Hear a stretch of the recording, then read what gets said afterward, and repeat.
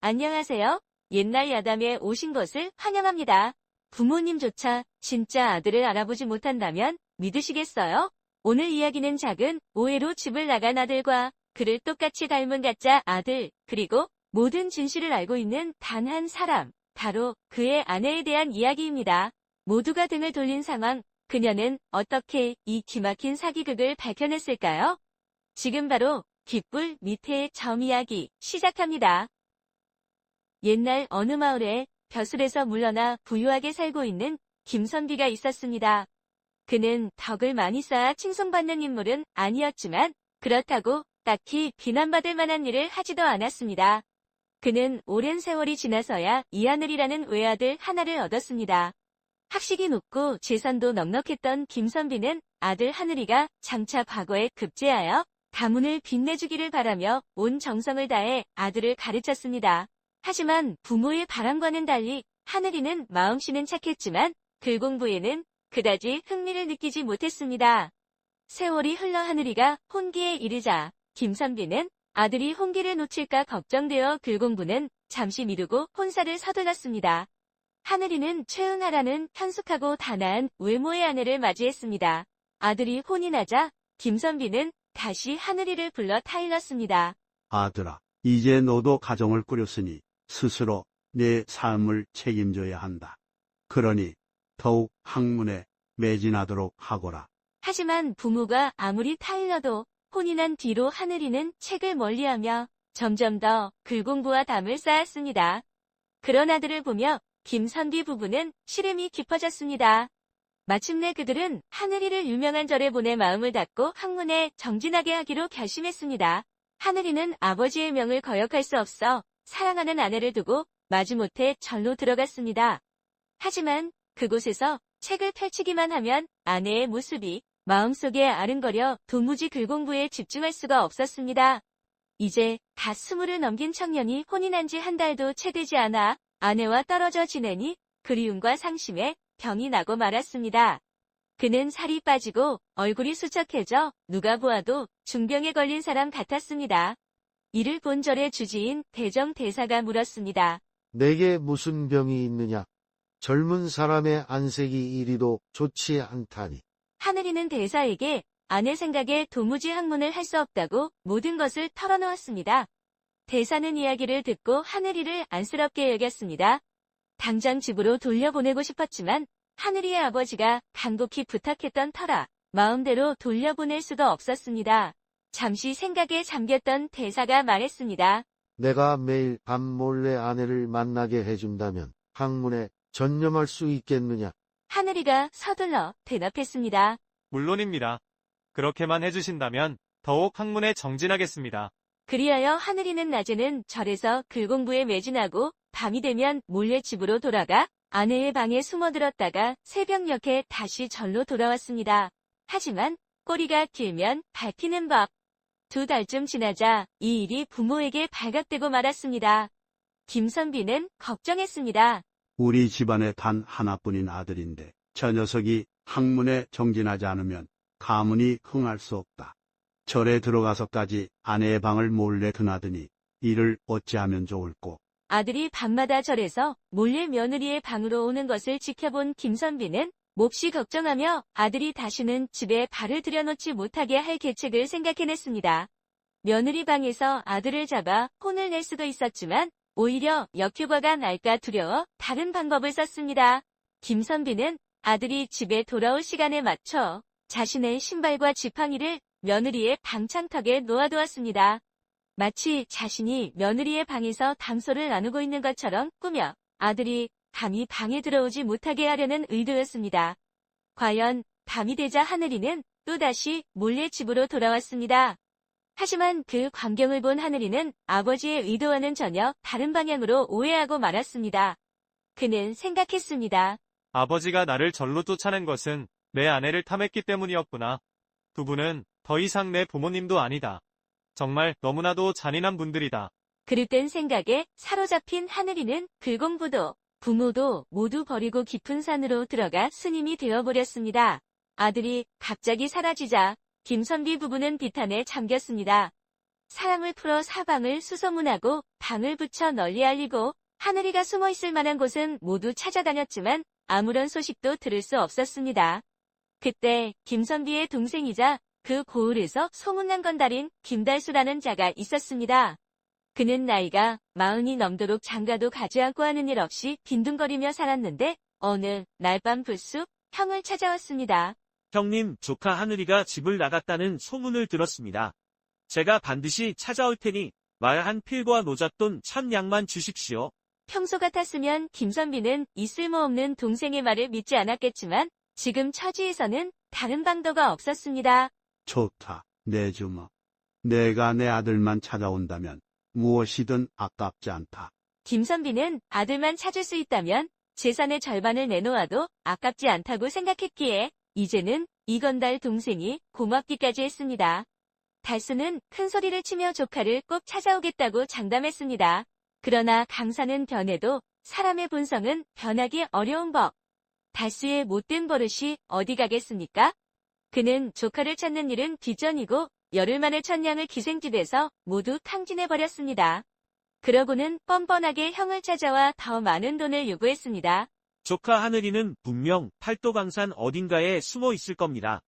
사방을 다 뒤졌지만 없었습니다. 이번에는 반대 방향으로 온 나라를 뒤져야겠습니다. 한 달은 좋게 걸릴 테니 2000냥을 더 주십시오. 김선비는 아무 말 없이 또다시 돈을 내주었습니다. 그는 아들을 찾을 수 있다는 마지막 희망의 끈이라도 잡고 싶었습니다. 전보다 더 큰 돈을 손에 쥔 달수는 신이 나서 형의 집을 나와 또다시 기생집을 전전했습니다. 한 달 넘게 흥청망청 놀다가 돈이 떨어지자 달수는 형과의 약속이 생각나 일말의 양심으로 마을을 돌며 조카를 찾는 척이라도 했습니다. 어느 날 한 마을의 장터를 지나던 그는 하늘이와 매우 닮은 청년을 보고 걸음을 멈췄습니다. 하늘이는 아니었지만 너무나도 닮았기에 달수는 이 청년을 잡아다 형에게 넘길 생각을 했습니다. 그는 곧바로 사람을 시켜 그 청년을 잡아오게 했습니다.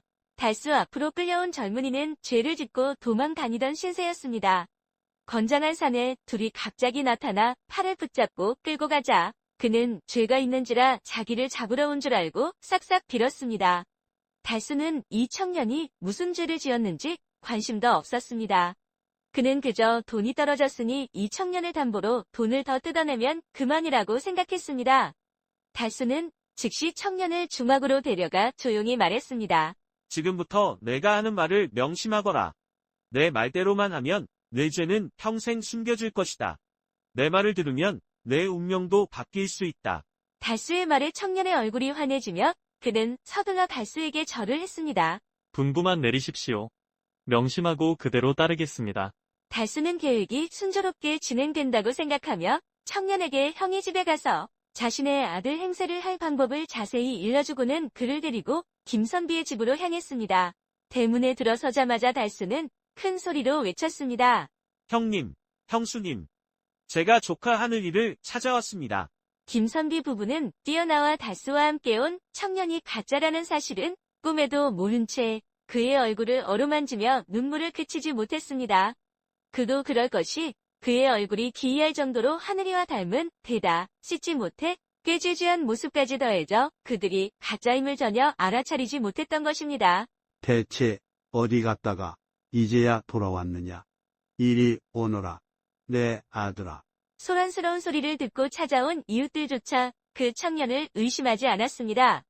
그 광경을 몰래 지켜보던 달수는 이만하면 됐다고 생각하며 조용히 형을 불러 다시 2000냥을 받아냈습니다. 형님, 그럼 오랜만에 만난 가족끼리 회포를 푸십시오. 저는 조카를 찾느라 지쳤으니 이만 쉬러 가겠습니다. 그래, 어서 가서 쉬게. 그동안 고생 많았다, 아우야. 달수는 의기양양하게 대문을 나섰습니다. 김선비는 마을 사람들을 불러 아들이 돌아온 것을 축하하는 잔치를 열었습니다. 모두가 기뻐했지만 단 한 사람, 하늘이의 아내 최은아만은 그렇지 않았습니다. 그녀는 첫눈에 돌아온 남자가 자기 남편이 아님을 알아보고는 자기 방으로 들어가 한 걸음도 나오지 않았습니다. 김선비 부부는 며느리의 행동에 크게 신경 쓰지 않았습니다. 그들은 남편이 말없이 사라졌다가 갑자기 돌아왔으니 며느리가 토라진 것이라고 생각했습니다. 잔치가 끝나고 모두가 돌아간 뒤 잠자리에 들 시간이 되자 김선비의 아내가 조용히 아들을 불러 말했습니다. 아무래도 며느리가 단단히 화가 난 모양이구나. 내가 가서 잘 달래주거라. 어머니의 말에 하늘이는 방으로 들어갔지만 이 가짜는 본래 어리석은 자라 이불 속으로 들어가지도 못하고 방구석에 주눅이 들어앉아 아내의 눈치만 살피며 머뭇거렸습니다. 그때 김선비 부부는 방문 틈으로 몰래 엿보고 있었는데 그들은 어색해하는 아들보다 며느리가 더 밉게 느껴졌습니다. 하지만 그들은 오랜만에 만나 어색해서 그런 것이라 생각했습니다. 그렇게 며칠이 지나고 열흘이 흘렀습니다.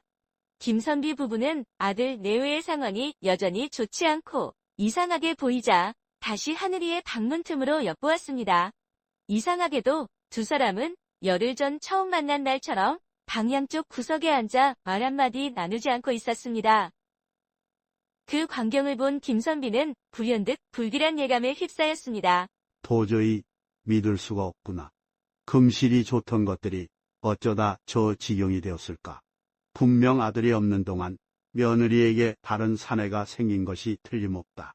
그 생각에 사로잡힌 김선비는 분노를 참을 수 없었습니다. 그의 며느리는 아들이 집을 나갔을 때 매일 정화수를 떠놓고 아들의 무사귀환을 빌던 사람이었습니다. 그렇다면 그 모든 것이 시부모를 속이기 위한 연극이었단 말인가? 그렇게 생각하니 며느리가 이루 말할 수 없이 간사하게 느껴졌습니다. 김선비 부부는 밤을 새워 며느리를 어떻게 처리할지 의논했습니다.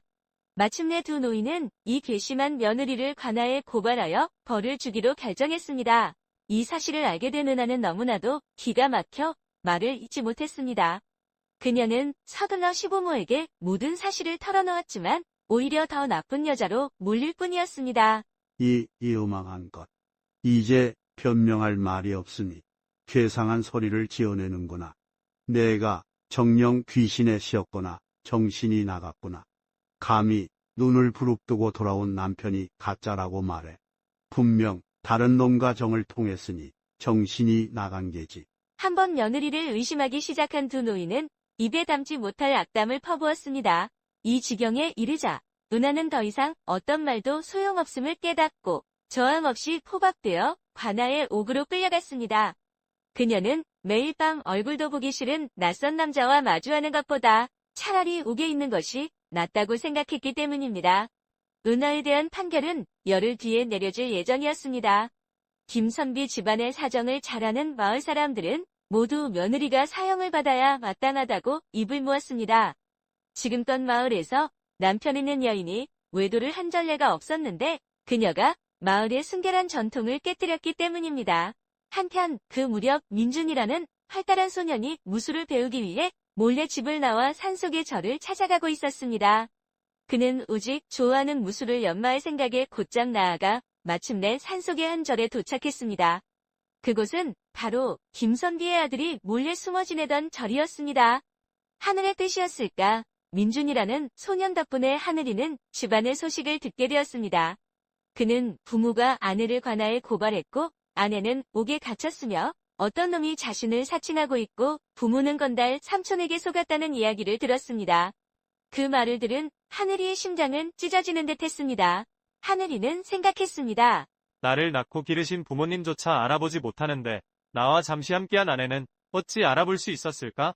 거기까지 생각이 미치자 하늘이는 아내가 한없이 존경스러워졌고 무슨 수를 써서라도 그녀를 구해야겠다고 결심했습니다.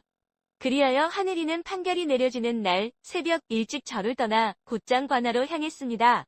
관아의 마당은 판결을 구경하러 온 사람들로 가득했습니다. 김선비 부부와 가짜 사내 그리고 삼촌 달수가 만족스러운 표정으로 앉아 있었습니다. 그들 앞에는 은하가 밧줄에 묶인 채 무릎을 꿇고 있었습니다. 곧 재판이 시작되었고 사또는 외도 혐의를 받은 며느리에게 징역 5년을 선고했습니다. 판결을 들은 은하는 모든 것을 체념한 듯 고개를 떨구었습니다. 그리고 판결사가 마지막 말을 할 때 은하가 고개를 들고 목맨 소리로 말했습니다. 만약 제가 지금 옥에 갇히면 앞으로 5년 동안 남편을 뵐 수 없습니다. 아니, 어쩌면 평생 뵐 수 없을지도 모릅니다. 마지막으로 제 남편이 이 자리에 있는지 찾아볼 기회를 주십시오. 사또는 은하의 간절한 청을 그녀의 마지막 소원으로 여기고 허락했습니다. 그녀는 속으로 기도하며 앉아있는 사람들을 훑어보았습니다. 그러다 그녀의 시선이 한 스님 앞에서 멈추었습니다. 스님이 삿갓으로 얼굴을 가리고 있었지만 그 순간 그녀는 직감적으로 그것이 남편의 모습임을 알아보았습니다. 그리고 다시 한번 은하는 삿갓은 스님을 유심히 살피더니 스님이 앉아있는 곳으로 달려가 그의 목을 워낙 껴안았습니다. 이를 본 군중들과 김선비 부부는 악담을 퍼부었습니다. 세상에 저런 주고 마땅한 년을 보았나. 흉측하기 짝이었구나. 수군거리는 소리가 연이어 터져나왔습니다. 하지만 은하의 귀에는 그 어떤 소리도 들리지 않았습니다.